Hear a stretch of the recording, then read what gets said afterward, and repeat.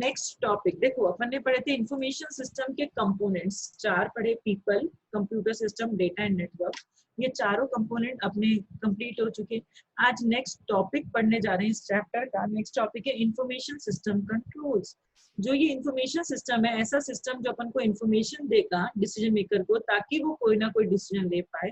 उसके खुद के कुछ कंट्रोल्स होते हैं। अब ये कंट्रोल्स मतलब क्या होते हैं क्या नहीं, इंफॉर्मेशन सिस्टम पे जो कंट्रोल्स लगाए जाते हैं उनको इंफॉर्मेशन सिस्टम कंट्रोल्स कहते हैं। अब कंट्रोल्स क्या है, कंट्रोल्स क्या है, जैसे कि आप एंटीवायरस लगाते हो, सबने एंटीवायरस का नाम सुना होगा, फोन में भी लगते हैं, अपने लैपटॉप्स में भी लगते हैं। क्यों लगाते हैं अपन एंटीवायरस? ताकि कोई भी वायरस मेरे कंप्यूटर में एंटर ना कर सके। तो ये मैंने क्या लगा दिया, एक कंट्रोल लगा दिया, चीजों को रोकने के लिए मैंने कंट्रोल लगा दिया। फॉर एग्जाम्पल, बड़ी बड़ी बिल्डिंग्स होती हैं, उनके बाहर एक सिक्योरिटी गार्ड बैठा हुआ रहता है। सिक्योरिटी गार्ड बैठा होता है, क्यों बिठा दिया उस गार्ड को? ताकि कोई जो बिल्डिंग के बाहर का बंदा है वो उस बिल्डिंग में एंटर ना कर पाए। तो ये मैंने क्या लगा दिया, कंट्रोल लगा दिया, कंट्रोल लगा दिया, ताकि कोई भी एरर, कोई भी उसमें एरर आने के चांसेस ना हो। और कंट्रोल के एग्जाम्पल क्या हो सकते हैं, जैसे कि वैक्सीन। वैक्सीन सब समझते हैं, वैक्सीन क्या होती है, इंजेक्शन लगते हैं। आपकी डिजीज, छोटा बच्चा जो होता है उसकी डिजीज होने से पहले उसको वैक्सीन लगवा देते हैं।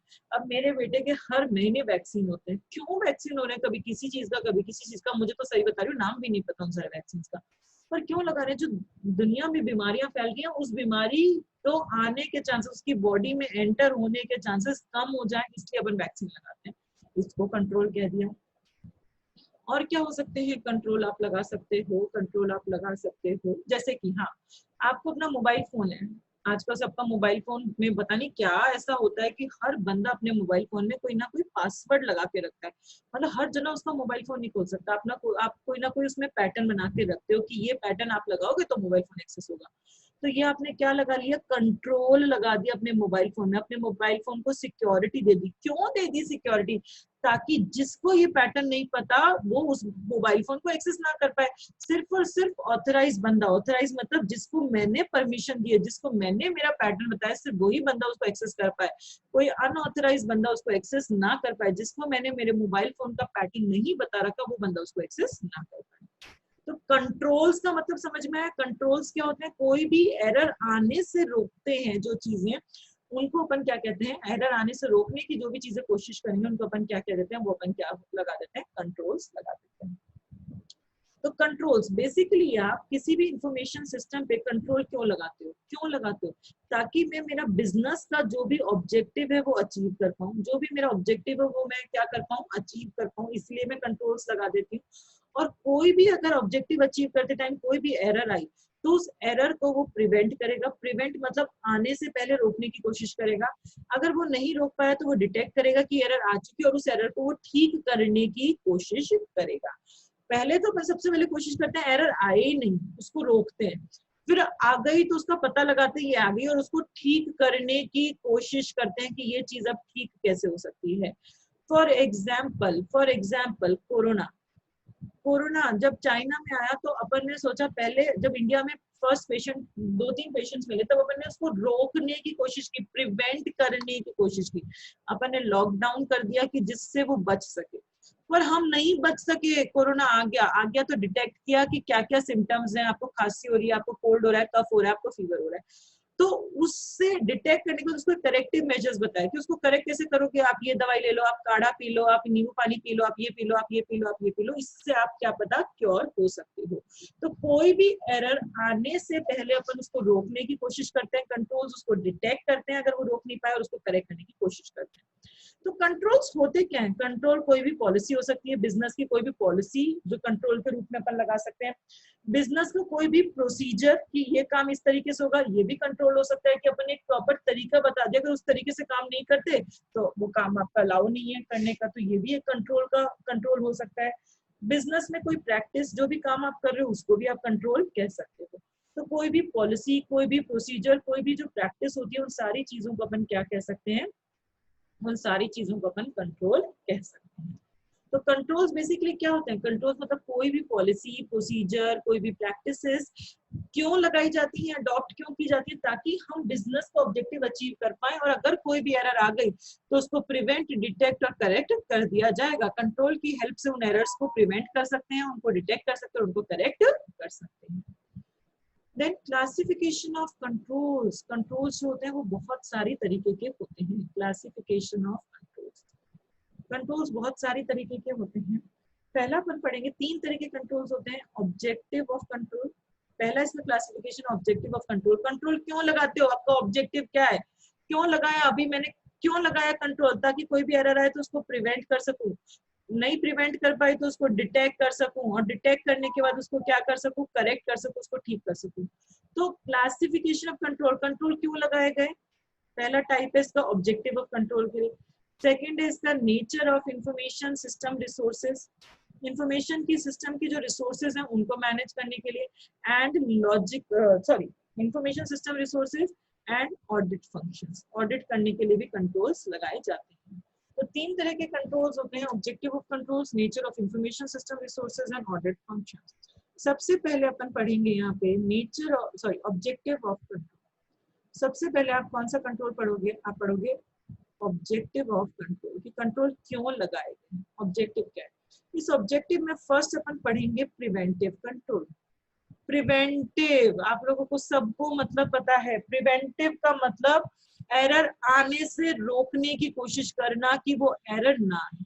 तो प्रिवेंटिव कंट्रोल्स क्या करेंगे, प्रिवेंट करने की कोशिश करेंगे, कोई भी एरर आएगी उसको, कोई भी ओमिशन, ओमिशन मतलब भी गलतियां ही होती हैं, कि कोई भी गलतियां या कोई भी एरर या कोई भी वायरस कंप्यूटर में एंटर ना हो, इसीलिए कुछ कंट्रोल्स लगाए जाते हैं, उनको क्या कहा जाता है, प्रिवेंट करते हैं, कि वो प्रिवेंट करने की कोशिश करेंगे, वो बचाने की कोशिश करेंगे। जैसे कि फॉर एग्जाम्पल प्रिवेंटिव कंट्रोल, जैसे कि फॉर एग्जाम्पल हो सकता है मैंने एंटीवायरस लगा दिया।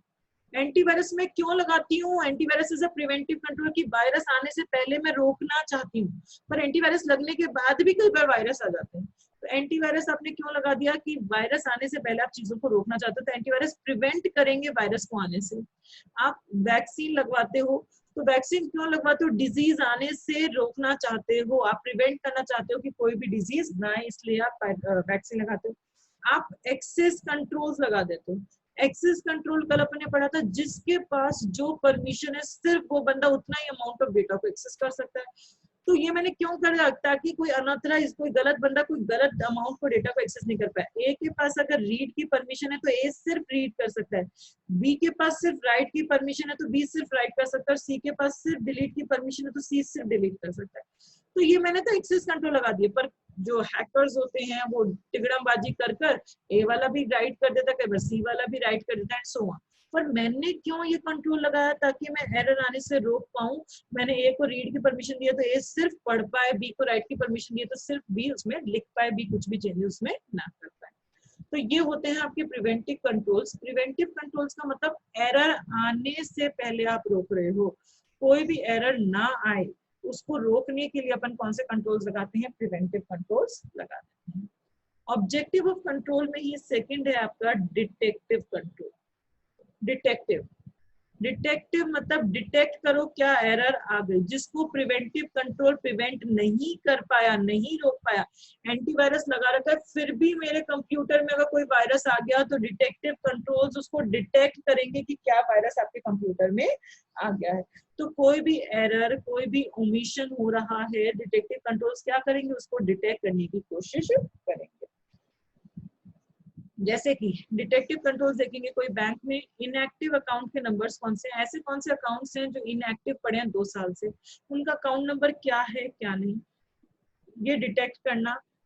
अगर कोई सस्पिशियस अकाउंट है, सस्पिशियस मतलब अपन को उसमें शक है कि उस अकाउंट में कोई गलत एंट्री हो रही है, उस अकाउंट में कोई मनी लॉन्ड्रिंग टाइप्स कुछ हो रहा है, तो सस्पिशियस अकाउंट को डिटेक्ट करना, ये काम कौन करेगा, आपके डिटेक्टिव कंट्रोल्स ये काम आपके कर देंगे। ठीक है। देन डिटेक्टिव कंट्रोल्स के कुछ कैरेक्टरिस्टिक्स होती हैं। डिटेक्टिव कंट्रोल्स को क्लियरली पता होता है क्या तो लॉफुल है और क्या अनलॉफुल है, मतलब क्या तो लॉ के अकॉर्डिंग सही है और क्या सही नहीं है, क्या सही हो सकता था क्या नहीं। तो लॉफुल अनलॉफुल पता चल गया उसको, इसको ये पता है कि क्या लॉ है क्या अनलॉफुल है, तो जो भी उसके पास डेटा आ रहा है वो पता लगा लेगा ये तो लॉ के अकॉर्डिंग है, अनलॉ के अकॉर्डिंग है। जो भी अनलॉफुल डेटा होगा उसकी वो डिटेक्टिव कंट्रोल रिपोर्ट कर देगा to the person.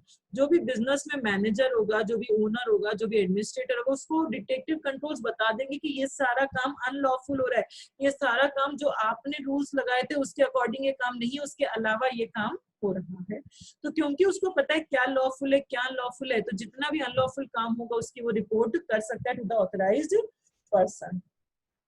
Detective controls preventive control से इंटरैक्ट करते हैं, मतलब उन्होंने देखा कि ये और वायरस आ गया, ये वायरस आ गया एंटीवायरस लगने के बाद भी, तो डिटेक्टिव कंट्रोल ने एंटीवायरस से बात की कि भाई अगली बार आपको इस वायरस से भी आने के लिए रोकना है, आपको इस चीज का भी ध्यान रखना है। जैसे जैसे सिक्योरिटी गार्ड आपने बिठा रखा है कि बिल्डिंग में कोई अनऑथराइज बंदा नहीं आना चाहिए। अब सिक्योरिटी गार्ड तो सिर्फ फ्रंट डोर पे बैठा है, उसके बैठने के बाद भी कोई चोर पीछे के दरवाजे से अगर बिल्डिंग के अंदर घुस गया तो डिटेक्टिव कंट्रोल ये डिटेक्ट किया कि चोर आ चुका है, तो डिटेक्टिव कंट्रोल प्रिवेंटिव को बोलेगा, प्रिवेंटिव कौन है, सिक्योरिटी गार्ड, उसको बोलेगा कि आपको अब जो पीछे का दरवाजा है, जो बैक डोर है, उस पे भी निगरानी रखनी है, उस पे भी नजरें रखनी है, क्योंकि उसके थ्रू भी कोई वायरस, कोई एरर, कोई गलत बंदा मेरे बिल्डिंग के अंदर एंटर कर सकता है। तो डिटेक्टिव कंट्रोल प्रिवेंटिव से इंटरेक्ट करेगा और उसको बोलेगा कि आगे से आपको इस चीज का भी ध्यान रखना है ताकि ये एरर आप इनसे आने से बचा पाए। ठीक है, तो क्या होते हैं detective controls?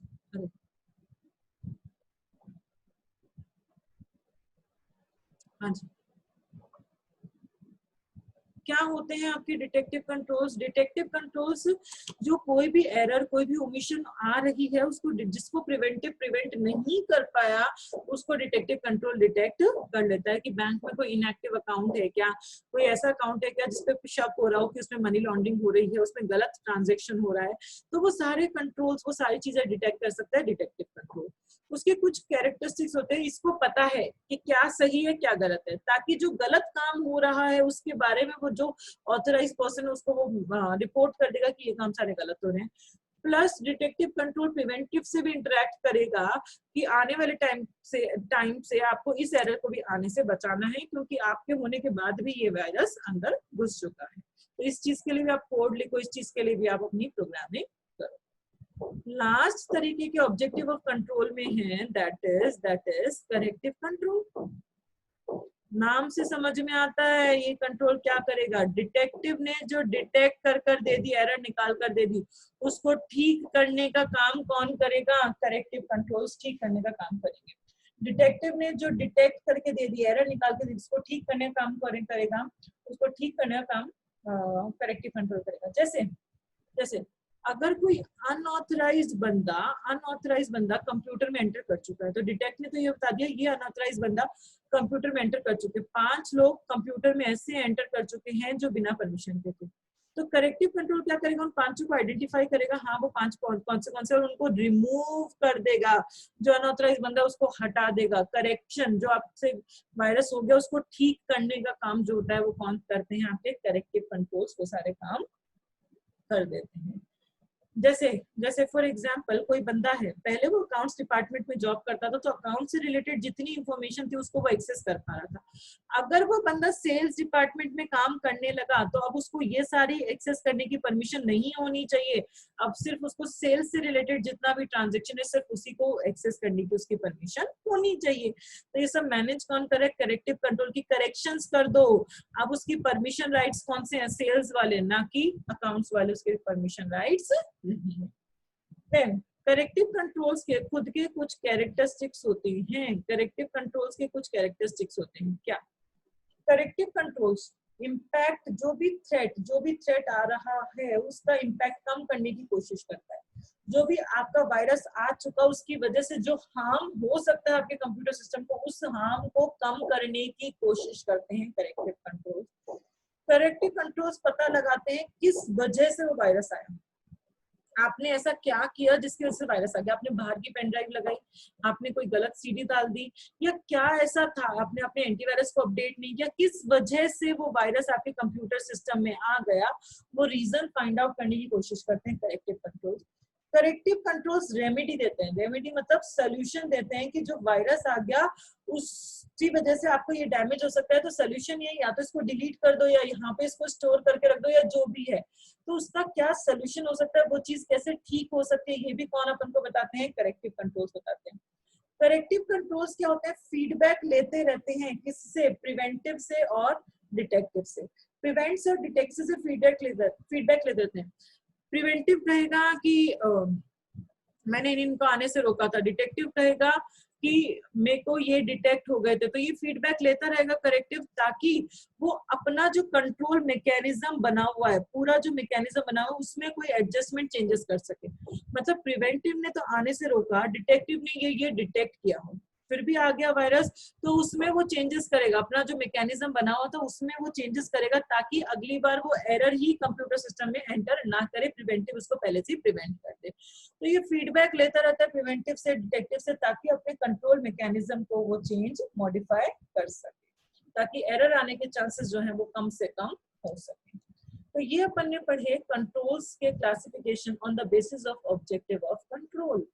Objective of control, control का ऑब्जेक्टिव ही 3 था, अपन को पता है क्यों कंट्रोल्स लगाते हो, ताकि एरर आने को प्रिवेंट कर सके, प्रिवेंट नहीं कर पाए तो उसको डिटेक्ट कर सकते हैं और डिटेक्ट करके उसको करेक्ट करते हैं। तो पहला कंट्रोल आपने लगाया प्रिवेंटिव कंट्रोल्स। प्रिवेंटिव कंट्रोल्स क्या होंगे, जो एरर को आने से प्रिवेंट करेंगे, कोई भी ओमिशन को आने से रोकने की कोशिश करेंगे, उनको अपन प्रिवेंटिव कंट्रोल्स कहते हैं। जैसे कि आपके एंटीवायरस वैक्सीन होते हैं, एक्सेस कंट्रोल्स आपने लगा दिए, ये सारे आपके प्रिवेंटिव कंट्रोल्स, ये सारे आपके प्रिवेंटिव कंट्रोल्स होते हैं। देन डिटेक्टिव कंट्रोल, अगर प्रिवेंटिव कोई एरर्स को प्रिवेंट नहीं कर पाया, रोक नहीं पाया, तो डिटेक्टिव उसको डिटेक्ट करेगा कि क्या एरर, क्या ओमिशन आ रही है। डिटेक्टिव कंट्रोल के खुद के कुछ कैरेक्टरिस्टिक्स होते हैं। डिटेक्टिव को पता है कि क्या सही है क्या गलत है, ताकि जो गलत काम हो रहा है उसकी रिपोर्ट को ऑथराइज पर्सन को दे सके, और वो प्रिवेंटिव से भी इंटरेक्ट करता है कि देखो आपने प्रिवेंट किया था फिर भी ये एरर आ गया, तो अगली बार आपको इस चीज का भी ध्यान रखना है। करेक्टिव कंट्रोल, जो डिटेक्टिव ने डिटेक्ट कर दे दिया कि यही एरर आ रहा है, उनको ठीक करने का काम किसका है, करेक्टिव कंट्रोल का ठीक करने का काम होता है। करेक्टिव कंट्रोल्स के भी कुछ कैरेक्टरिस्टिक्स होती हैं, जैसे कि करेक्टिव कंट्रोल्स क्या करेंगे, जो वायरस आ गया उसकी वजह से जो इम्पैक्ट पड़ रहा है बिजनेस में, उसकी वजह से जो हार्म होने वाला है वो थोड़ा कम हो सके, ये काम करता है। वो पता लगाएगा क्यों वायरस आया, रीजन क्या था, उसका सोल्यूशन क्या हो सकता है, एंड वो फीडबैक लेता रहेगा from the preventive and detective, and अपनी जो प्रोसेसिंग सिस्टम है उसमें वो चेंज करता रहेगा, ताकि एरर आने के जो चांसेस है वो कम से कम हो सके। ये सारे काम कौन करता है, करेक्टिव कंट्रोल्स करता है। तो पहला क्लासिफिकेशन क्लियर हुआ on the basis of objective of control में 3 पढ़े हैं, preventive, detective and corrective. Objective of controls 3 होते हैं, कौन से, preventive, detective and corrective. Next तरीके के अपन कंट्रोल्स पढ़ेंगे, that is nature of information system resources. Information system की जो रिसोर्सेज हैं, रिसोर्सेज क्या होती हैं, आपका हार्डवेयर रिसोर्स है आपके लिए, आपका सीपीयू रिसोर्स है आपके लिए, तो उनके बारे में अपन पढ़ेंगे, nature of information system resources. इस नेचर में अपन पढ़ेंगे ईपीएल। ईपीएल आप लोगों का होता है, आईपीएल होता है, आईपीएल मैचेस होते हैं, वैसे यहाँ पे क्या है, nature of information system resources में कौन से कंट्रोल्स हैं, EPL. E stands for environmental controls. Environmental controls का मतलब क्या होता है, एनवायरमेंट की वजह से अगर कोई प्रॉब्लम हो रही है तो उसके लिए भी आप कंट्रोल्स लगा सकते हो, ताकि उसका होने वाला, उसकी वजह से होने वाला हार्म आपका कम से कम हो सके। जैसे कि अगर आग लग गई और आपने कोई भी कंट्रोल नहीं लगा रखा, कोई तैयारी पहले से नहीं कर रखी, तो आपका पूरा बहुत सारा लॉस हो सकता है। अपन फायर एक्सटिंग्विशर्स लगा के रख सकते हैं, अपन एग्जिट अलार्म्स, या बहुत सारी चीजें होती हैं जो आग लग जाए तो उससे बचने के लिए, उससे होने वाले हार्म को कम कर सकता है। जैसे अगर एक यूपीएस सबने नाम सुना होगा, अनइंटरप्टेड पावर सप्लाई, जो जनरेटर होते हैं, जो इन्वर्टर्स होते हैं, वैसे ही कंप्यूटर को जो बैकअप पावर देंगे। इलेक्ट्रिसिटी नहीं आ रही, लाइट चली गई, मैं कोई बहुत इंपॉर्टेंट काम कर रही हूँ कंपनी में, एकदम से लाइट चली गई, तो मेरा काम किया हुआ अगर मैंने सेव नहीं किया तो पूरा डेटा उड़ जाएगा, क्योंकि लाइट चली गई, कंप्यूटर हाथ क्या बंद हो जाएगा। पर अगर उस कंप्यूटर के साथ यूपीएस लगा हुआ है तो लाइट जाने के बाद भी वो मुझे पावर सप्लाई करता रहेगा, जैसे इन्वर्टर करता रहता है लाइट जाने के बाद भी पावर सप्लाई। तो आप अपना जो कंप्लीट काम, उस काम को वहीं पे सेव कर फिर कंप्यूटर को शट डाउन कर सकते हो, तो आपका इतना ज्यादा लॉस नहीं होगा। तो ये फायर एक्सटिंग्विशर्स क्या है? कंट्रोल, एनवायरनमेंट की वजह से जो हार्म हो रहा है उसका इम्पैक्ट कम हो सके। यूपीएस, यूपीएस क्या है? कंट्रोल है कि अपन ने एनवायरनमेंट से वजह से जो हार्म हो रहा है उसको अपन इम्पैक्ट कम कर रहे हैं, इसलिए अपन कुछ कंट्रोल्स लगा रहे हैं। समझ में आया एनवायरमेंटल कंट्रोल्स क्या होते हैं? अब एनवायरमेंटल कंट्रोल्स में सबसे पहले आप पढ़ोगे फायर एक्सपोजर। फायर एक्सपोजर, अगर आग लग गई, अगर आग लग गई किसी भी बिजनेस में, किसी भी ऑर्गेनाइजेशन में, तो उससे बचने के लिए, उससे आग के लिए आप क्या क्या कंट्रोल्स लगा सकते हो ताकि आग से होने वाला लॉस आपका कम हो सके। फायर डैमेज, जो फायर की वजह से जो भी डैमेज हो रहा है वो कम हो सके, उसके लिए क्या कंट्रोल्स लगाते हैं? आप क्या लगाओगे यहाँ पे? अलार्म्स लगा सकते हो। अलार्म्स ऑटोमेटिक भी होने चाहिए, अलार्म्स मैनुअल अलार्म्स भी होने चाहिए, स्ट्रैटेजिक लोकेशन पे अलार्म्स लगे हुए होने चाहिए। ऑटोमेटिक मतलब अपने आप बज जाए वो अलार्म, मैनुअल मतलब अपन बजाएं वो अलार्म। अलग अलग, एक बहुत बड़ी कंपनी है, लाइक बहुत बड़ी, गूगल का बहुत बड़ा ऑफिस है, जो गूगल है उसका बहुत बड़ा अपने आप में ऑफिस है, माइक्रोसॉफ्ट का अपने आप में बहुत बड़ा ऑफिस है।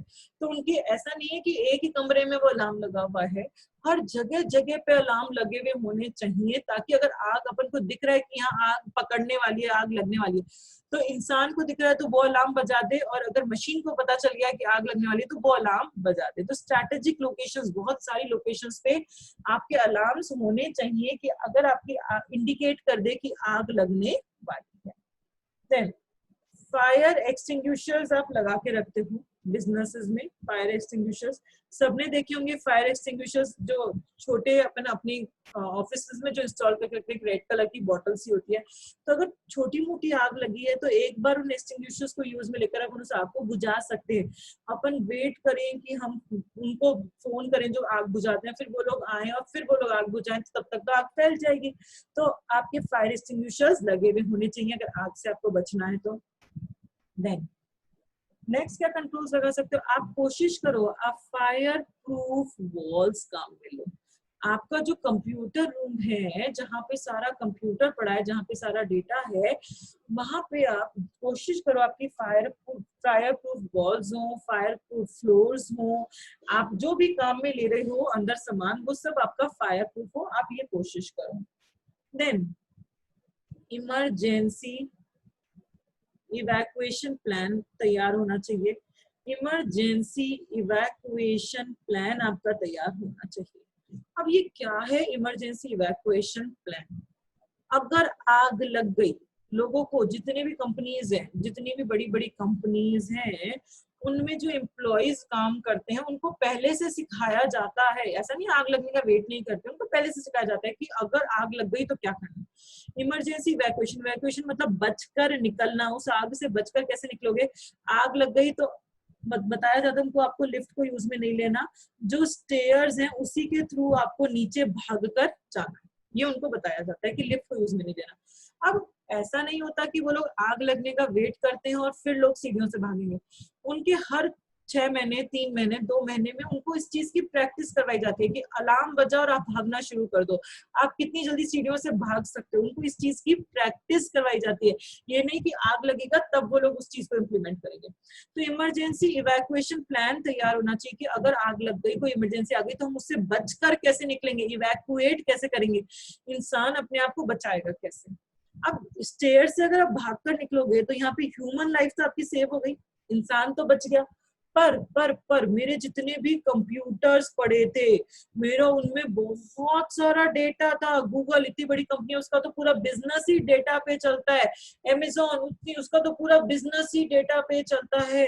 अगर ये डेटा भी लॉस हो गया तो अपन ये भी अफोर्ड नहीं कर सकते। ऑब्वियसली इंसान पहले आता है, ये चीजें बाद में आती है, पर ये चीजें भी उतनी ही इंपॉर्टेंट है, ये चीजें बहुत इंपॉर्टेंट है। तो क्या होता है, यहाँ पे एक इमरजेंसी स्विच कंपनीज लगाती हैं, इमरजेंसी पावर ऑफ बटन लगाती है। Emergency power off button. ये बटन क्या करेगा कि सपोज एक कंपनी में 10 कंप्यूटर्स हैं जो काम कर रहे हैं, अभी एकदम से आग लग गई तो लोग तो भाग जाएंगे नीचे, लोग तो भाग जाएंगे, पर वो 10 के 10 कंप्यूटर में जो काम चल रहा था, जिनको सेव नहीं किया था लोगों ने, वो काम तो एज इट इज पड़ा, वो पूरे कंप्यूटर्स जल जाएंगे, सारा डेटा उड़ जाएगा, मेरा सब कुछ लॉस हो जाएगा। तो मैंने एक इमरजेंसी पावर ऑफ बटन लगा रखा है, मतलब एक बटन है, उसको अगर आपने प्रेस कर दिया तो वो बटन क्या करेगा, उसमें मैंने ऐसी फंक्शनैलिटी कर रखी है कि जितना भी कंप्यूटर्स अभी ऑन है और जिसमें जो काम सेव नहीं हो रखा, जिस काम को आपने सेव नहीं कर रखा, ये बटन अपने आप ही उन सारे कंप्यूटर्स में उस हाफ फिनिश वर्क को सेव कर कर और जितना भी काम है सबको सेव कर दिया और कंप्यूटर्स को शट डाउन कर देगा ये बटन। तो सिर्फ एक बटन, क्योंकि आपके पास इतना टाइम नहीं है कि आप 10 के 10 कंप्यूटर को खुद शट डाउन करने लगोगे यहाँ पे। तो यहाँ पे होगा क्या, सिर्फ आपने एक बटन दबाया, इस बटन में ऑलरेडी मैंने फंक्शनैलिटी ऐसी सेट कर रखी है कि जितना भी हाफ फिनिश वर्क है जो आपने अभी तक सेव नहीं किया, वो पूरा का पूरा वर्क सेव हो जाएगा ऑटोमेटिक अपने आप, एंड वो कंप्यूटर्स अपने आप ही शट डाउन हो जाएंगे। तो इमरजेंसी इवैक्यूएशन प्लान होना चाहिए, इंसानों के लिए भी प्लान होना चाहिए कि इंसान कैसे बचकर निकलेगा, एंड जो आपका डेटा है, जो आपकी इंफॉर्मेशन है, उसके लिए भी प्लान बनाना चाहिए, उसके लिए एक पावर ऑफ बटन होना चाहिए जो हाफ फिनिश वर्क को ऑटोमेटिकली सेव कर देगा आपको, ताकि आपका डेटा लॉस नहीं होगा। ठीक है।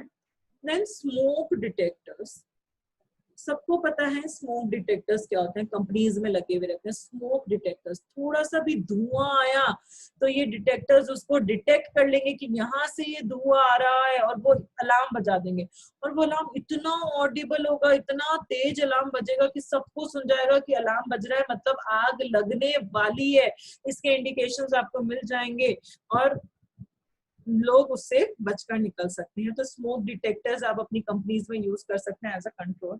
देन आप कोशिश करो कि आप वुड और प्लास्टिक का सामान कम काम में लो।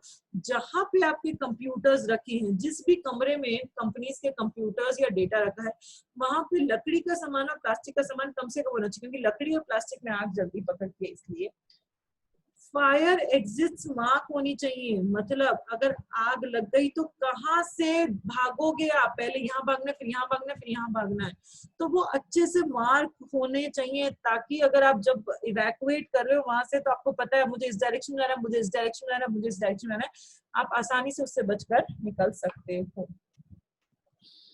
कोशिश करो आपका जो कंप्यूटर रूम है वो बेसमेंट में ना हो, कोशिश करो आपके जितने कंप्यूटर रूम्स हैं वो सब बेसमेंट में ना रखे हुए हों, क्योंकि अगर बेसमेंट में कंप्यूटर रूम हो तो आग सबसे पहले बेसमेंट में पकड़ेगी और आपको लॉस होने के चांसेस ज्यादा होते हैं। एंड जो फायर डिपार्टमेंट है वो रेगुलरली मॉनिटर करे मेरे कंपनी को आके, रेगुलरली देखता रहे कि हाँ सब कुछ सही चल रहा है, अभी आग वाग लगने की कोई चांस नहीं है, आपके सारे आइटम सही है, सारी चीजें सही काम कर रही हैं, किसी में स्पार्किंग होने के कोई चांसेस नहीं है, तो रेगुलरली उन चीजों को आप मॉनिटर करते रहो। तो फायर डैमेज से बचने के लिए, आग से होने वाले नुकसान से बचने के लिए आपने क्या क्या कंट्रोल्स लगाए। मैंने अलार्म्स लगाए, ऑटोमेटिक भी हो सकते हैं, मैनुअल भी हो सकते हैं, अलग अलग जगह पे, ताकि अब अलार्म बजेगा तो पता चल जाएगा आग लगने वाली है। फायर एक्सटिंग्विशर्स कंपनीज में आप लगा के रखते हैं। कोशिश करो आप fire proof walls, fire proof floors, ceiling सब काम में लो। आपके पास इमरजेंसी इवैक्यूएशन प्लान होना चाहिए कि अगर कोई इमरजेंसी होगी तो कहां से भागकर आप निकलोगे, प्लस एक इमरजेंसी पावर ऑफ बटन होना चाहिए कि जो भी हाफ फिनिश वर्क है वो उसको भी सेव कर कंप्यूटर्स को शट डाउन कर देगा, ताकि मेरा डेटा तो लॉस नहीं होगा अगर आग लग भी गई तो। स्मोक डिटेक्टर्स लगे होने चाहिए कंपनी में कि थोड़ी सी भी धुआं आई तो वो बोल देगा कि यहाँ पे आग लगने वाली है। लेस वुड, प्लास्टिक काम में कम लो, वुड काम में कम लो जहाँ कंप्यूटर्स रखे हैं।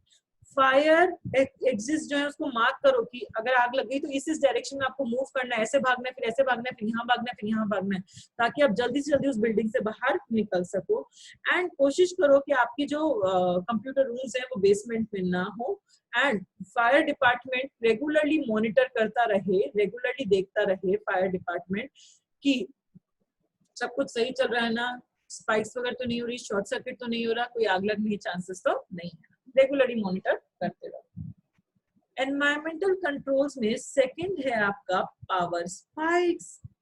पावर जो इलेक्ट्रिसिटी पावर सप्लाई होता है, जो इलेक्ट्रिसिटी सप्लाई होती है अगर वो एकदम से इलेक्ट्रिसिटी सप्लाई बंद हो गई तो उसकी वजह से भी कई बार होता है ना कि फ्लक्चुएशंस होती हैं, वोल्टेज फ्लक्चुएट होता है, कभी तो वोल्टेज बहुत ज्यादा आता है, कभी वोल्टेज बहुत कम आता है, तो उसकी वजह से क्या होता है कि हो सकता है मेरा कंप्यूटर हद बंद हो जाए, मेरा जो हाफ फिनिश्ड वर्क है वो सेव ना हो पाए, मेरा डेटा लॉस हो जाए, कुछ भी आपको हार्म कंप्यूटर्स में हो सकता है।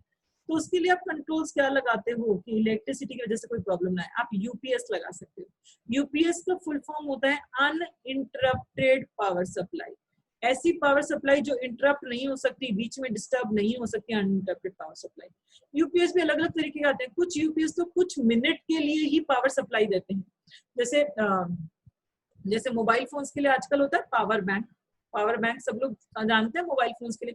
पावर बैंक में क्या होता है कि ऑलरेडी पावर यहाँ पे अपन स्टोर करके रख देते हैं कि अगर लाइट चली गई या मैं कहीं ट्रैवल कर रही हूँ जहां मुझे प्लग नहीं दिख रहा मोबाइल फोन को चार्ज करने का, तो इस पावर बैंक से मैं अपने मोबाइल फोन को कनेक्ट कर और मेरे मोबाइल फोन को पावर दिला सकती हूँ। वैसे यूपीएस है, यहाँ पे थोड़ा सा पावर ऑलरेडी स्टोर होता है। कुछ यूपीएस तो कुछ मिनट के लिए पावर दे देंगे, कुछ यूपीएस ऐसे होते हैं जो कुछ दिन के लिए भी आपको पावर सप्लाई कर सकते हैं, ताकि आपका जो हाफ फिनिश्ड वर्क है उसको आप कंप्लीट अच्छे से करो और उस कंप्यूटर को शट डाउन कर दो, उस काम को खत्म कर उसको अपने शट डाउन कर सकते हैं। एंड सेकेंड पावर स्पेक्स में है that is emergency power off switch, जो अपन ने वहां पढ़ा था, जो फायर वाले में पढ़ा था, सेम बात यहाँ पे इमरजेंसी पावर ऑफ स्विच। मतलब अगर कंप्यूटर रूम में आग लगने के चांसेस है, मुझे दिख रहा है कंप्यूटर रूम में आग लगने वाली है, तो एक ऐसा स्विच बना दिया मैंने कि अगर मैंने उस स्विच को दबा दिया, ये स्विच जितना भी हाफ फिनिश वर्क है उसको सेव कर देगा और सारे डेटा को सेव करके कंप्यूटर को शट डाउन कर देगा, तो वहां आग लग भी जाएगी तो मुझे कोई डरने की जरूरत नहीं है। तो पावर स्पाइक्स जो इलेक्ट्रिसिटी की वजह से जो हार्म हो सकता है उससे बचने के लिए आपने दो कंट्रोल्स लगाए, एक आप यूपीएस लगा सकते हो, इमरजेंसी पावर ऑफ स्विच आप लगा सकते हो। एनवायरमेंटल कंट्रोल्स में थर्ड आता है आपका वाटर डैमेज।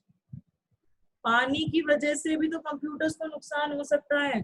पानी, आपकी जो भी बिल्डिंग के अंदर वाटर पाइप्स लगी हुई है वो बर्स्ट हो गई, वो टूट गई, तो पूरी कंपनी में पानी पानी पानी हो गया, वो पानी कंप्यूटर रूम में भी चला गया तो कंप्यूटर्स खराब हो सकते हैं आपके।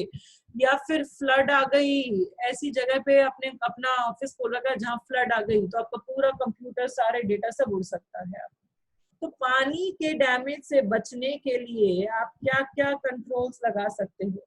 आप water proof ceilings, water proof सब कुछ काम में लेने की कोशिश करो। Water proof ceilings, water proof walls, आपकी वॉल्स भी वाटर प्रूफ होनी चाहिए, कोशिश करो। आपकी कंपनी में प्रॉपर ड्रेनेज सिस्टम होना चाहिए। ड्रेनेज मतलब पानी अगर भर भी गया तो वो बाहर कैसे निकलेगा, प्रॉपर ड्रेनेज सिस्टम होना चाहिए। अब जैसे झुंझुनू में है, झुंझुनू में प्रॉपर ड्रेनेज सिस्टम नहीं है, बारिश अगर 2 घंटे लगातार हो जाए, हेवी रेन हो जाए झुंझुनू में, तो यहाँ पे जो 1 नंबर रोड है उसमें पानी भर जाता है, घुटनों तक पानी भर जाता है, ताल में तो वो पानी पता नहीं शाम तक ही भरा रहता है, वो पानी निकलता ही नहीं। जबकि अगर आप यही चीज मुंबई में देखोगे तो मुंबई में तो आम बात है भाई इतनी बारिश होना, वहां इतना पानी नहीं भरता। क्यों? क्योंकि वहां का ड्रेनेज सिस्टम बहुत प्रॉपर है कि पानी अगर भर गया तो वो अपने आप निकल जाएगा, उसके लिए उसके पाथ बने हुए हैं। तो कंपनीज में ड्रेनेज सिस्टम प्रॉपर होना चाहिए। अलार्म लगा दो, अलार्म बज जाएगा, अगर पानी आना शुरू हो गया उसके पास कंप्यूटर में तो अलार्म बज जाएगा, डिटेक्ट कर देगा कि अब वाटर डैमेज हो सकता है, तो आप अपना काम को सेव कर दो ताकि डेटा लॉस ना हो। तो पानी की वजह से जो डैमेज हो सकता है उसके लिए हमने 3 तरह के कंट्रोल्स लगाए। क्या हमने? वाटरप्रूफ वॉल्स लगा दी, वाटरप्रूफ सीलिंग्स, ये सब लगा दिया। हमने प्रॉपर ड्रेनेज सिस्टम्स लगाए, पानी बाहर निकलने के जो सिस्टम्स होते हैं वो प्रॉपर आप यूज करो कंपनी में। एंड आप अलार्म्स लगाओ ताकि अगर ये कोई प्रॉब्लम आ जाए तो आपका अलार्म हाथ की हाथ बज जाए और आपको पता चल जाए। एनवायरमेंटल कंट्रोल्स में लास्ट तरीके के कंट्रोल्स हैं दैट इज पोल्यूशन। पोल्यूशन की वजह से जो डैमेज हो सकता है वो अपन पढ़ रहे हैं लास्ट। जैसे कि आप लोगों ने देखा होगा, हाँ, क्या कि कंप्यूटर्स का जो सीपीयू होता है उसमें एक पीछे फैन लगा हुआ रहता है जो ऐसे ऐसे घूमता रहता है। उस फैन पे इतनी ज्यादा मिट्टी जम जाती है कई बार कि वो सही से काम नहीं कर पाता। ये फैन क्या करेगा, कूलिंग सिस्टम का काम करेगा कि जो कंप्यूटर का सीपीयू उसको कूल करेगा, उसको थोड़ी सी ठंडक पहुंचाने की कोशिश करेगा। पर इस फैन पे अगर इतनी ज्यादा मिट्टी जम गई तो ये सीपीयू को अच्छे से कूल नहीं कर पाएगा और सीपीयू मेरा प्रॉपर फंक्शन नहीं कर पाएगा। तो कंप्यूटर्स को पोल्यूशन की वजह से भी बहुत हार्म हो सकता है। अगर आपके कंप्यूटर पे बहुत ज्यादा धूल मिट्टी जम गई तो वो कंप्यूटर आपका इतने अच्छे से काम नहीं कर सकता, तो उसकी वजह से प्रॉब्लम आ सकती है। उसकी वजह से हो सकता है रीड एंड राइट एरर्स आनी शुरू हो जाए, आप लिख रहे हो कुछ और लिखा कुछ और जा रहा है, पढ़ना कुछ चाहते हो खुल कुछ और रहा है, ऐसी कुछ प्रॉब्लम्स आनी शुरू हो गई क्योंकि उसमें बहुत ज्यादा मिट्टी जम गई है, बहुत ज्यादा पोल्यूशन आ गया, उसकी वजह से आप सही से काम नहीं कर पा रहे। तो इसके लिए आप कंट्रोल्स लगा सकते हैं ताकि मिट्टी ना, मतलब कोई भी पोल्यूशन ना आए। आप जो कंप्यूटर रूम है उसका जो दरवाजा है उसके बाहर एक सिंबल, आप एक पेपर चिपका दो, नो ईटिंग अलाउड, अंदर खाना पीना अलाउ नहीं है।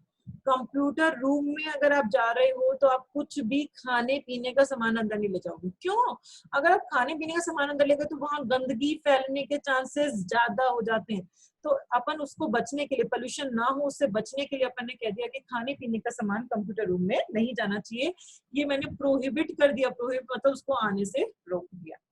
दूसरा अपन इस पे कंट्रोल लगा सकते हैं, that is power leads from two substations. Power leads from two substations. For example, ये मेरा कंप्यूटर रूम है, पावर सप्लाई, इलेक्ट्रिसिटी सप्लाई, इसकी इलेक्ट्रिसिटी सप्लाई यहाँ से आ रही है। ये कंप्यूटर रूम है, इसको इलेक्ट्रिसिटी सप्लाई यहाँ से मिल रही है। बहुत बड़ी बड़ी कंपनीज है जैसे गूगल है, उसका जो डेटा है उसकी बात कर रही हूँ, तो वहां उसका जो कंप्यूटर में वहां इलेक्ट्रिसिटी सप्लाई है। अगर यहाँ पे कोई भी प्रॉब्लम हो गई, जहां से इलेक्ट्रिसिटी सप्लाई हो रही है वहां कोई प्रॉब्लम हो गई, कोई वायर कट हो गया, कुछ भी प्रॉब्लम हो गई, तो उसके पास इलेक्ट्रिसिटी नहीं आ पाएगी और वो उसका पूरा डेटा लॉस हो जाएगा। तो आप क्या करो, पावर जो आ रहा है कंप्यूटर को, जो पावर मिल रहा है वो दो सबस्टेशन से मिलो, मतलब उसकी रेप्लिकेट कॉपी बनाकर रखो, उसकी डुप्लीकेट वर्जन उसको बनाकर रखो कि अगर ये फेल हो गया तो मेरे पास दूसरा पावर स्टेशन अवेलेबल है जहां से मुझे पावर मिल सकता है और मेरा काम कभी भी नहीं रुकेगा, हमेशा मेरा काम चलता रहेगा। तो क्या power leads from to substations, मतलब जो पावर मिल रहा है कंप्यूटर को वो एक सबस्टेशन से नहीं मिलना चाहिए, वो दो सबस्टेशन से मिलना चाहिए। क्यों? अगर एक फेल भी होगा तो दूसरा वर्किंग रहेगा, तो मेरा काम कभी भी नहीं रुकेगा, मेरा काम हमेशा चलता रहेगा। तो ये सारे आपने पढ़े एनवायरमेंटल कंट्रोल्स। क्या पढ़े आपने एनवायरमेंटल कंट्रोल्स? पहला आपने पढ़ा रिलेटेड टू फायर, कि आग से होने वाले जो डैमेज से अगर आपको बचना है, आग से होने वाले डैमेज से अगर आपको बचना है तो आप क्या क्या कंट्रोल्स लगाओगे? आप अलार्म्स लगा दिया, मैनुअली ऑटोमेटिक। आपने कंपनीज में फायर एक्सटिंग्विशर्स लगा रखे, आपने फायर प्रूफ वॉल्स काम में ले ली, आपने इमरजेंसी इवैक्यूएशन प्लान बना रखा है कि इंसान कैसे भागेगा, और पावर ऑफ बटन भी बना दिया वहां पे कि बटन दबाते ही पूरा डेटा भी सेव हो जाएगा, तो मेरा डेटा का भी लॉस नहीं होगा, इंसान भी बच जाएंगे। स्मोक डिटेक्टर्स की कोई भी धुआं आएगा तो वो डिटेक्ट कर बता देगा कि आग लगने वाली, अलार्म बजा देगा वो। कम वुड कम प्लास्टिक काम में लो। जो मार्क्स है फायर एग्जिट की, आग लग गई तो भागना कहाँ से, वो मार्क क्लियर विजिबल होनी चाहिए, सबको क्लियरली पता होनी चाहिए आग लग गई तो यहाँ से भागना है अपन को। बेसमेंट में ऑफिस मत बनाओ, एंड जो फायर डिपार्टमेंट है वो कंटिन्यू आपके ऑफिस को, मतलब रेगुलर बेसिस पे उसको मॉनिटर करता रहे कि आग लगने के कोई चांसेस तो नहीं है, सब कुछ सही चल रहा है। सेकेंड एनवायरमेंट में आया पावर स्पाइक्स की, कई बार फ्लक्चुएशन हो जाता है वोल्टेज में भी, कभी कम कभी ज्यादा, कभी कम कभी ज्यादा, उसकी वजह से भी मेरे कंप्यूटर सिस्टम को लॉस हो सकता है। तो मैंने कुछ कंट्रोल्स लगाए, लाइक मैंने यूपीएस लगा दिया, अनइंटरप्टेड पावर सप्लाई, की लाइट चली भी गई तो यूपीएस थोड़े टाइम के लिए मुझे पावर दे सकता है, कुछ दिन या कुछ मिनट के लिए पावर दे सकता है। And emergency power off switch कि एक बटन दबा दिया, वो दबाते ही जितना भी हाफ फिनिश्ड वर्क है वो सारा का सारा सेव हो जाएगा और कंप्यूटर शट डाउन हो जाएंगे, तो मेरा डेटा का कोई भी लॉस नहीं होगा। देन वाटर डैमेज, पानी की वजह से, पानी की जो पाइप्स है वो बर्स्ट हो गई, उसकी वजह से भी आपकी कंपनीज को, कंप्यूटर की जो कंपनीज हैं इंफॉर्मेशन टेक्नोलॉजी कंपनीज, वहां उनको हार्म हो सकता है। तो उनके लिए आपने क्या कंट्रोल्स लगाया? वाटरप्रूफ वॉल्स, वाटरप्रूफ सीलिंग्स, ये काम में ले सकते हो। आपकी ऑर्गेनाइजेशन में प्रॉपर ड्रेनेज सिस्टम होना चाहिए। अलार्म्स लगाओ कि वो अलार्म बज के बता दे कि ये पानी यहाँ पे आने वाला है या जो भी है लॉस होने वाला है। पोल्यूशन डैमेज की वजह से भी, पोल्यूशन की वजह से भी डैमेज हो सकता है।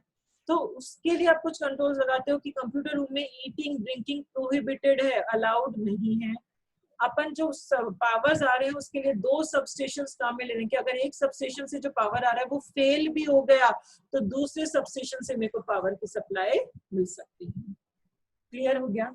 ये अपन ने पढ़ा है nature of information system controls. Nature of information system controls, information system resources की जो नेचर थी उस पर जो कंट्रोल्स लगाए। तो उसमें मैंने पढ़ाया था EPL, 3 पढ़ेंगे। ई मतलब एनवायरमेंटल, पढ़ चुके अपन। नेक्स्ट अपन पढ़ेंगे फिजिकल एक्सेस कंट्रोल। नेक्स्ट अपन पढ़ेंगे सेकंड टाइप के नेचर ऑफ इंफॉर्मेशन सिस्टम में सेकंड टाइप है फिजिकल एक्सेस कंट्रोल। फिजिकली कौन उस चीज को एक्सेस कर सकता है और कौन उस चीज को एक्सेस नहीं कर सकता।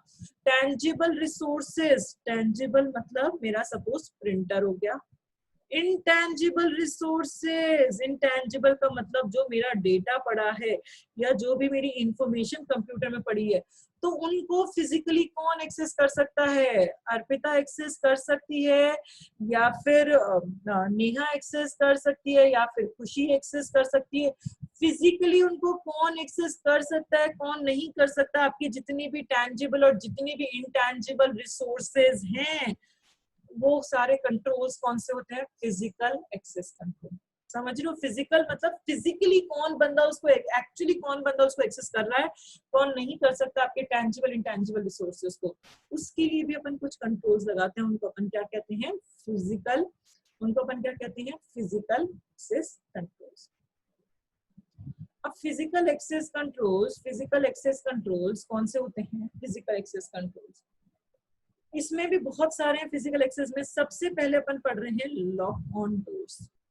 दरवाजों पर ताला लगा दिया आपने, ताला लगा दिया। अब जिसके पास ताले की चाबी होगी ऑब्वियसली वो ही बंदा उस दरवाजे को एक्सेस कर सकता है, उसके अंदर की चीज को एक्सेस कर सकता है, बाकी कोई बंदा एक्सेस नहीं कर सकता। तो डोर पर आपने लॉक लगा दिया, फिजिकली जिसके पास उस लॉक की की होगी सिर्फ वही बंदा उसको एक्सेस कर सकता है।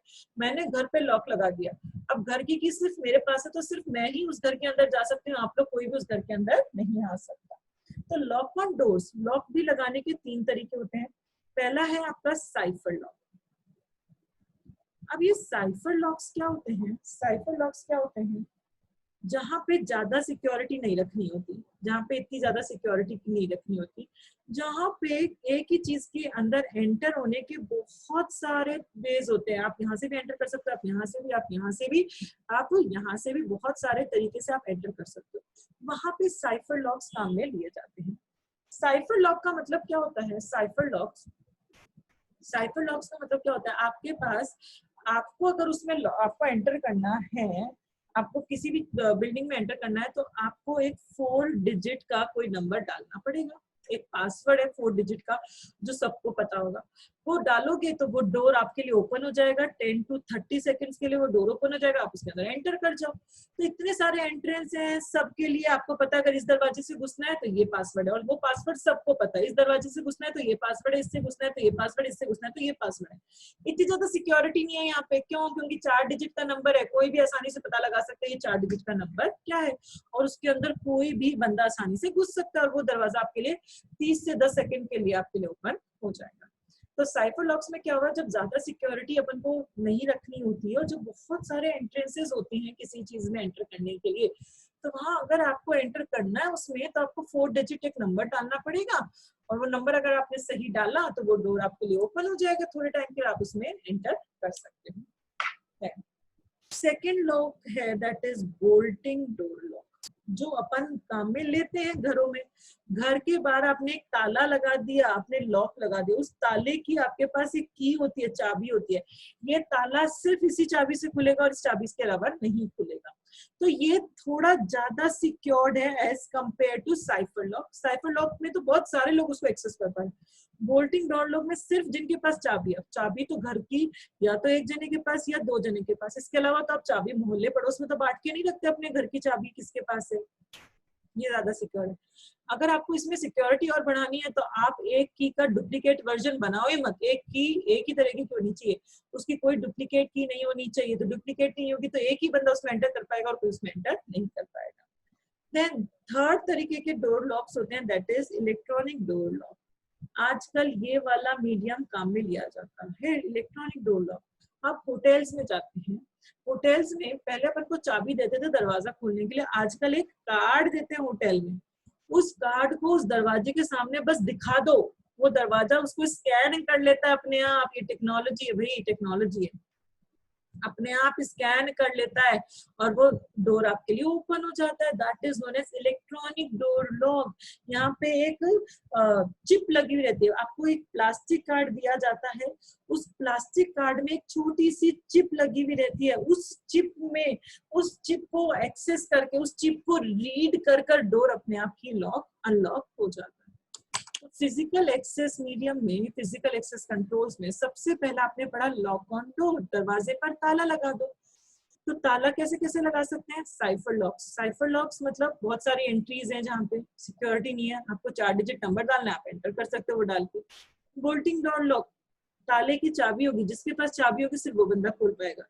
इलेक्ट्रॉनिक डोर लॉक, यहाँ पे एक प्लास्टिक कार्ड होते हैं जिसके अंदर एक चिप लगी हुई रहती है, प्लास्टिक कार्ड होते हैं जिसके अंदर एक चिप लगी हुई रहती है, डोर उसको रीड करेगा और आपको उसमें एक्सेस करने की परमिशन दे देगा। तो जिसके पास वो प्लास्टिक कार्ड है वही उसको एक्सेस कर सकता है। समझ में आ गया? पहला अपन ने पढ़ लिया इसके अंदर लॉक ऑन डोर्स, अपन ने क्या पढ़ लिया? Lock on doors. सेकेंड अपन इसमें पढ़ेंगे that is physical identification medium. अब कैसे हम आइडेंटिफाई करेंगे कि आप सही बंदे हो या गलत बंदे हो? आइडेंटिफाई, जो बंदा कंप्यूटर रूम को एक्सेस करने जा रहा है या जो बंदा कुछ भी एक्सेस करने जा रहा है, मैं कैसे आइडेंटिफाई करूंगी कि वो बंदा सही है या गलत है? सबसे पहला इसमें मेथड है पिन। पिन का मतलब होता है personal identification number. Personal identification number. अगर आपको किसी बिल्डिंग के अंदर या कुछ भी एक्सेस करना है तो आपको एक मशीन दी रहेगी, उसमें एक कार्ड डालो, उस कार्ड में डालने के बाद अपना पिन नंबर डालते हो। अगर आपका पिन नंबर सही है मतलब आप ऑथराइज बंदे हो, आप उस चीज को एक्सेस कर सकते हो। जैसे आपका एटीएम होता है, एटीएम को, आपके एटीएम कार्ड को हर बंदा एक्सेस नहीं कर सकता। अगर उसने आपका एटीएम कार्ड चुरा भी लिया तो भी उसको एक्सेस नहीं कर सकता। क्यों?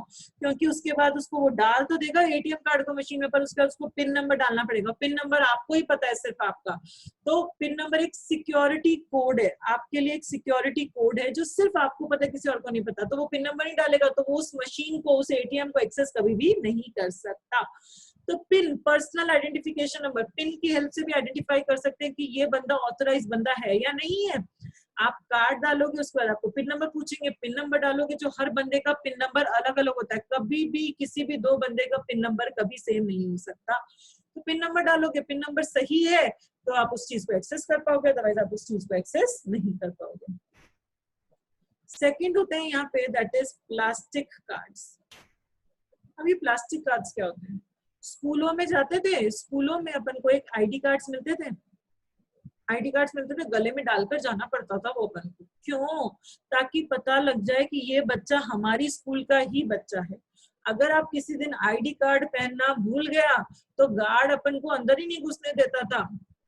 वो बोलता था नहीं, मैं नहीं मानता आप इस स्कूल के बच्चे हो, आप कहीं और के बच्चे हो, जब तक आपके पास आईडी कार्ड नहीं होगा तब तक आप उसके अंदर नहीं घुस सकते। तो प्लास्टिक कार्ड्स क्या होते हैं? आपके आइडेंटिफिकेशन के लिए जो कार्ड्स होते हैं उनको अपन क्या कहते हैं? Plastic card. इसमें सब कुछ लिखा हुआ है, आपका नेम, आपका एड्रेस, आपका फादर्स नेम, आप कौन सी क्लास को पढ़ते हैं, या जो भी आपका आइडेंटिफिकेशन है वो सब इसमें लिखा हुआ है, ताकि कोई अनऑथराइज बंदा, मतलब जिसके पास वो कार्ड नहीं होगा, वो उसमें एंटर ना कर सके।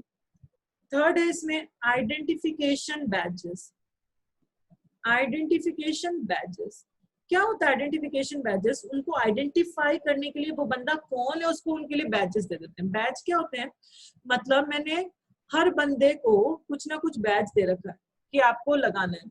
स्कूलों में होता है ना, जैसे जो प्रीफेक्ट्स बनते हैं, जो क्लास मॉनिटर्स बनते हैं, उनको बैज दिया जाता है, अपनी ड्रेस के सामने सामने लगाते हैं कि हम क्लास मॉनिटर। उस बैज पे लिखा हुआ रहता है आपकी पोस्ट के, आप क्लास मॉनिटर हो।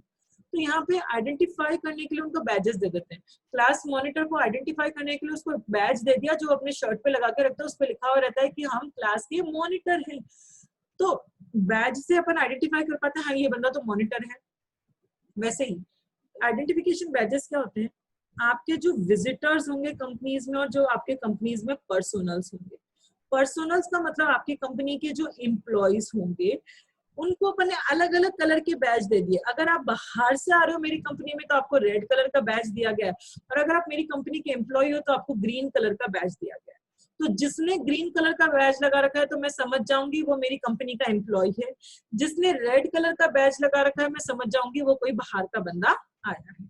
तो physical identification medium, personally physically identify करने के भी तरीके क्या क्या है। पहला है पिन। पिन मतलब पर्सनल आइडेंटिफिकेशन नंबर। हर बंदे का पर्सनल आइडेंटिफिकेशन नंबर अलग होता है, किसी का भी सेम नहीं हो सकता। अगर आपको कुछ कंप्यूटर सिस्टम को एक्सेस करना है तो आपको पहले एक कार्ड डालना पड़ेगा, फिर आपसे वो पिन पूछेगा। पिन सही डालोगे, पिन डालोगे वो मैच होगा डेटाबेस से। अगर आपने सही पिन डाला है तो आप उसमें एंटर कर सकते हो, अदरवाइज आप उसमें एंटर नहीं कर सकते। प्लास्टिक कार्ड्स, जो आपके आईडी कार्ड्स होते हैं, जो आपको आइडेंटिफिकेशन में हेल्प करते हैं ताकि कोई अनऑथराइज बंदा वहां पे एंटर ना कर सके। एंड आइडेंटिफिकेशन बैजेस, कि अगर आप बाहर के लोग हो तो हमने आपको अलग कलर का बैज दिया, अगर आप हमारी कंपनी के पर्सनल हो तो हमने आपको अलग कलर का बैज दिया, तो मुझे पता चल जाएगा कौन तो बाहर का कौन कंपनी का बंदा है, तो मैं इससे आइडेंटिफाई आसानी से कर सकती हूँ। ठीक है। देन फिजिकल एक्सेस कंट्रोल में थर्ड तरीके के कंट्रोल्स अपन ने दो पढ़ लिए फिजिकल एक्सेस में, एक तो लॉक ऑन डोर्स, एक physical identification media. Physical access control में थर्ड तरीके का कंट्रोल है, that is logging on facility. Logging, log का मतलब क्या होता है, लिस्ट बनाना। आप लोग सब लोग अपने मोबाइल फोन देखते हो, मोबाइल फोन में आपका आता है कॉल लॉग्स, आता है ऑप्शन, देखना आज कॉल लॉग्स का ऑप्शन आता है, उसमें आया होगा कितने मिस्ड कॉल हैं, कितने रिसीव्ड कॉल हैं, कितने आउटगोइंग कॉल्स हैं, कितनी बजे क्या कॉल किया था, किस बंदे को कितनी टाइम कॉल किया था, एंड सो ऑन। कॉल क्या क्या हुए हैं आज के दिन में या कल के दिन में, कितने कॉल्स हैं, उन सबकी एक लिस्ट बनाना, उसको लॉगिंग कहते हैं। लॉगिंग मतलब लिस्ट प्रॉपर प्रिपेयर करना। लिस्ट बनाने के भी दो तरीके हो सकते हैं, एक तो मैनुअल लॉगिंग और एक इलेक्ट्रॉनिक लॉगिंग। लिस्ट भी दो तरीके की बन सकते हैं, manual and electronic. Manual manual manual manual, मैं कोई बिल्डिंग में एंटर करती हूँ तो बिल्डिंग के बाहर सिक्योरिटी गार्ड बैठा हुआ रहता है, मैं उस बिल्डिंग के लिए क्या हूँ, विजिटर, बाहर की बंदी हूँ। तो बिल्डिंग के बाद सिक्योरिटी गार्ड बैठा हुआ रहता है, तो वो मेरे को पहले बोलता है कि मैडम जाने से पहले एक रजिस्टर में थोड़ी एंट्री करके जाना। वो उसमें मेरे से मेरा नाम पूछेगा, वो मेरा टाइम पूछेगा, मैं कितने बजे आई, मैं कौन से फ्लैट में जा रही हूँ, कौन से फ्लैट में किससे मिलने जा रही हूँ, सारी डिटेल्स वो मेरे से भरवाता है। तो मैनुअल लॉगिंग, मैनुअल मतलब आप मैनुअली लिस्ट बना रहे हो, तो विजिटर जो है उसको बोला जाता है कि आप कुछ डिटेल्स भरो। क्या आप क्या भरो, कंपनी में कोई भी बंदा आया बाहर का तो उसको बोला जाएगा अपना नाम लिखो, आप कौन सी कंपनी से आए हो, मैं XYZ से आई हूँ, तो अपनी कंपनी का नाम लिखना पड़ेगा आपको। क्यों आए हो हमारी कंपनी के अंदर, आप कोई मार्केटिंग करने आए हो, किसी चीज के कोई सामान बेचने आए हो, या किसी से मिलने आए हो, कुछ भी आपका रीजन क्या है, क्यों आए हो आपको लिखना पड़ेगा। एंड किस बंदे से आप मिलने आए हो, आप मैनेजर से मिलने आए हो, आप कोई एम्प्लॉय से मिलने आए हो, किस बंदे से मिलना है उस बंदे का नाम भी अपन को लिखना पड़ेगा विजिटर। यहाँ जो विजिटर ये सारी डिटेल्स लिख रहा है, इससे दो जगह डिटेल्स लिखवाई जाती है, एक तो रिसेप्शन पे, कंपनीज में एंटर करते ही जो रिसेप्शन है वहां आपसे लिस्ट भरवाई जाएगी। एंड कंपनी के अंदर जो मेरा कंप्यूटर रूम है, कंप्यूटर रूम को मैं फैसिलिटी रूम भी बोल सकती हूँ, फैसिलिटी रूम भी बोल सकती हूँ कंप्यूटर को। तो फैसिलिटी रूम के बाहर कंप्यूटर, जहाँ सारा कंप्यूटर सारा डेटा पड़ा है, उस वहां भी एक गार्ड बैठा है, वो कहेगा आपको अगर कंप्यूटर रूम में एंटर करना है तो आप वापिस से सारा डिटेल्स अपनी लिख दो, आप कौन हो, कहाँ से आए हो, क्यों अंदर जाना चाहते हो, सारी चीजें वो भरवाएगा। तो मैनुअल लॉगिंग में लिस्ट दो जगह बनती है, एक तो रिसेप्शन पे बनेगी, कंप्यूटर रूम में बनेगी, प्लस उस बंदे से उसका कोई आइडेंटिफिकेशन का कार्ड मांगा जाएगा, आईडी कार्ड दो, मतलब आप अपना लाइसेंस दे सकते हो, आप अपना आधार कार्ड मेरे को जमा करवा सकते हो, उसकी फोटोकॉपी मेरे पास रखवा सकते हो। इलेक्ट्रॉनिक लॉगिंग, अपने आप लिस्ट बन जाती है, मैनुअली आपको कोई लिस्ट नहीं बनानी, इलेक्ट्रॉनिक लॉगिंग हो जाती है। जैसे बायोमेट्रिक डिवाइसेस होती हैं, बायोमेट्रिक डिवाइसेस सब जानते हैं क्या होती हैं, जो थंब इम्प्रेशन जो होते हैं, eye retina, thumb impression, face recognition, ये सारी आपकी बायोमेट्रिक डिवाइसेस होती हैं।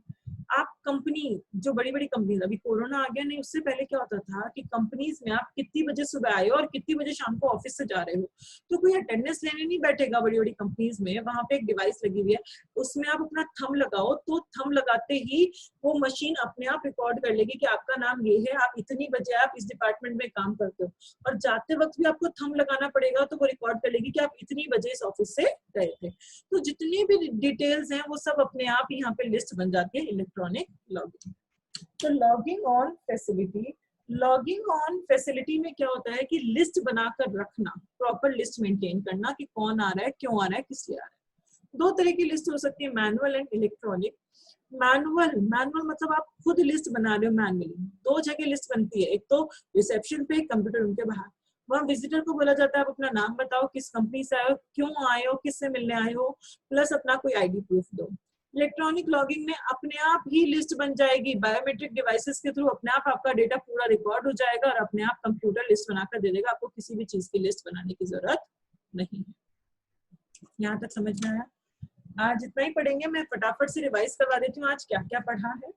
आज इतना ही पढ़ेंगे, अपन इतना रिवाइज कर लेते हैं, बाकी का कल पढ़ेंगे। देखो, आज अपन ने सबसे पहले पढ़े कंट्रोल्स। कंट्रोल्स क्या होते हैं बच्चों? कंट्रोल्स का मतलब क्या होता है कि कंट्रोल्स कोई भी पॉलिसीज हैं, कोई भी प्रोसीजर्स हैं, कोई भी टेक्निक्स हैं, वो क्या बोल रही है, वो अपन को कह रही है कि कंट्रोल्स अपन को हेल्प करते हैं कोई भी बिजनेस का ऑब्जेक्टिव अचीव करने में। एंड अगर कोई भी एरर आ गई तो उसको वो प्रिवेंट, डिटेक्ट और करेक्ट करने में हेल्प करेंगे कंट्रोल्स आपको। Then classification of controls. Controls कितनी तरीके के हो सकते हैं? तीन बेसिस पे हो सकते हैं। On the basis of objective of control, control का ऑब्जेक्टिव क्या है? उसको प्रिवेंट करना, उसको डिटेक्ट करना, करेक्ट करना। प्रिवेंट मतलब आने से पहले रोकना, एंटीवायरस लगा दिया आपने, वैक्सीन ले ली आपने एक्सेस कंट्रोल लगा दिया कि एरर आने से पहले रोक ले। डिटेक्टिव, प्रिवेंटिव नहीं रोक पाया तो डिटेक्टिव डिटेक्ट करेगा क्या क्या एरर आ गई, तो उसको पता है क्या सही है क्या गलत है, तो जो गलत होगा वो ऑथराइज बंदे को बता देगा कि ये काम गलत हो रहा है। एंड प्रिवेंटिव को बोलेगा कि आगे से ध्यान रखना, ये सारी एरर्स भी कंप्यूटर में आ रही हैं। करेक्टिव कंट्रोल, जो प्रिवेंट डिटेक्टिव ने डिटेक्ट कर दे दी, उसको सही करने का काम किसका है? करेक्टिव का। करेक्टिव क्या करेगा कि जो एरर आ गई उसकी वजह से जो इम्पैक्ट हो सकता है, उसको इम्पैक्ट को कम करने की कोशिश करेगा, उसका कारण जानने की कोशिश करेगा क्यों वो आया, उसका सोल्यूशन कैसे उसको ठीक किया जा सकता है। एंड फीडबैक लेता रहेगा प्रिवेंटिव डिटेक्टिव से, ताकि अपना कंट्रोल मैकेनिज्म, अपनी जो प्रोसेसिंग है वो ठीक कर सके। प्रोसेसिंग क्यों ठीक करे? ताकि आने वाले टाइम पे एरर्स आपके कम आना शुरू हो जाए। Then second classification on the basis of nature of information system resources. Nature of information system resources में सबसे पहले अपन नेचर ऑफ इसमें पढ़ेंगे ETL। E का मतलब एनवायरमेंटल कंट्रोल्स। एनवायरमेंटल कंट्रोल्स में अपन सबसे पहले पढ़ेंगे आग अगर लग गई, फायर डैमेज हो गया, तो उससे कैसे बचा जाएगा। आप अलार्म्स लगा लो, फायर एक्सटिंग्विशर्स लगा लो, आप स्मोक डिटेक्टर्स लगा लो, इमरजेंसी इवैक्यूएशन प्लान बना लो, वाटरप्रूफ सीलिंग्स, वॉल्स, ये सब काम में लेने लग जाओ।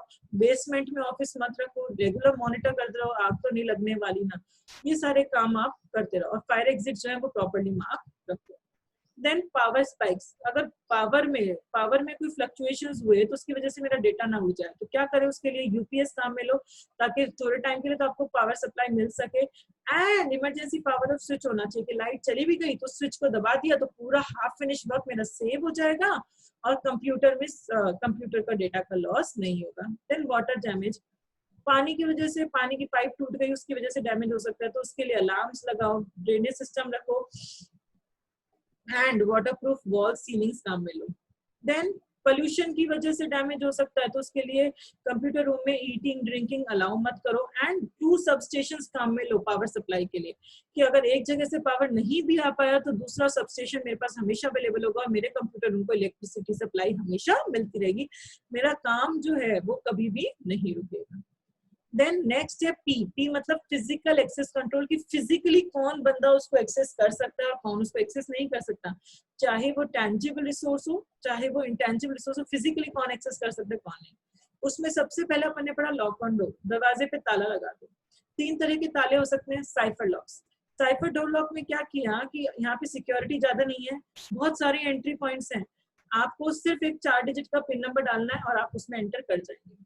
बोल्टिंग डोर लॉक, दरवाजे के ताले के लिए एक चाबी होगी, चाबी जिसके पास होगी सिर्फ वही उसको एक्सेस कर सकता है। एंड इलेक्ट्रॉनिक डोर लॉक, यहाँ पे आपको एक प्लास्टिक कार्ड दिया जाएगा, उसमें एक छोटी सी चिप लगी हुई रहेगी, उस चिप की हेल्प से आप उस डोर को अनलॉक कर सकते हैं। देन फिजिकल आइडेंटिफिकेशन मीडियम, पहला है pin, personal identification medium number, ये सबका अलग होता है। अगर आपको किसी चीज को एंटर करना है, एक्सेस करना है कंप्यूटर को, तो आपको पहले कार्ड डालना पड़ेगा, फिर पिन नंबर पूछेगा, पिन नंबर सही है अगर डेटाबेस से मैच हो गया तो आप ऑथराइज बंदा आप उसको एक्सेस कर सकते हो, अदरवाइज नहीं। देन प्लास्टिक कार्ड्स, जो आपके आइडेंटिफिकेशन कार्ड्स होते हैं उन्हीं को प्लास्टिक कार्ड्स कहा जाता है, उसमें अनऑथराइज बंदा कोई एंटर ना कर जाए मेरे स्कूल की बिल्डिंग में, इसलिए प्लास्टिक कार्ड्स दिए जाते हैं। देन आइडेंटिफिकेशन बैजेस, कि कौन बाहर का बंदा और कौन मेरा कंपनी का एम्प्लॉय है, ये पता लगाने के लिए मैंने सबको अलग अलग कलर के बैजेस प्रोवाइड करवा दिए। देन लॉगिंग ऑन फैसिलिटी, आप लिस्ट बना सकते हो। आप लिस्ट बनाने के दो तरीके, मैनुअल एंड इलेक्ट्रॉनिक। मैनुअल मतलब दो जगह लिस्ट बनाई जाएगी, तो रिसेप्शन पे, कंप्यूटर रूम के बाहर, जो भी विजिटर उससे पूछा जाएगा आपका नाम, आप किस कंपनी से बिलोंग करते हैं, किससे मिलना है, क्यों मिलना है, एंड आपका आईडी प्रूफ हमें दीजिए, कुछ भी, चाहे आपका लाइसेंस, चाहे आपका आधार कार्ड, चाहे पैन कार्ड, कुछ भी। देन इलेक्ट्रॉनिक लॉगिंग, यहाँ अपन को कुछ नहीं करना, मशीन अपने आप लिस्ट बना लेगी with the help of biometric devices जो होती है, वो ऑटोमेटिकली आपकी लिस्ट बन जाती है। ठीक है, अभी भी फिजिकल एक्सेस कंट्रोल्स जो पढ़े हैं पूरे नहीं हुए, एक तरीके के अपने और बचे हैं फिजिकल एक्सेस कंट्रोल्स, तो ये अपन कल कंप्लीट करेंगे। ठीक है, बाकी का अपन कल कंप्लीट करेंगे। किसी को यहाँ तक कुछ भी पूछना है? किसी को यहाँ तक का कुछ भी पूछना है जो पढ़ा था अपन